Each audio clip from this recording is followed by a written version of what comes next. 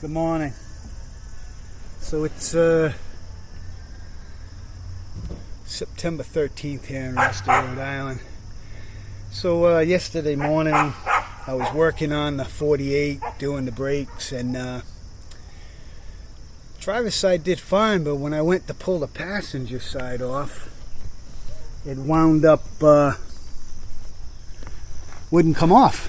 Didn't want to come off. I couldn't get the rotor off. I'm pulling on it. So a little lucky. She wants to say hi this morning. So quick view. So got the dew on it, looking like she's been out in the mud. So the rotor wouldn't come off.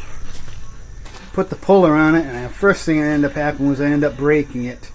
Pulled a piece of the steel. I put a lot of pressure on it. So because I couldn't get it off, I realized that for some reason the outer bearing was seized onto the spindle. So I took a cutting wheel and I cut all of that away, broke the bearing, cut the bearing off. Perfectly good bearing. What they had done was they had pressed a new bearing. Apparently a bearing had burned up on this at some time, and they pressed a new bearing on without cleaning it up properly, and it was stuck there. So I got it off. Unfortunately, these rotors are made with the hub, so they're a lot more expensive than the rotors were for my other truck, because the hub and everything, and then I got to buy the bearings, the seals and all. Just snap-on puller, man. This thing, I had the impact full out, 120 pounds, you know.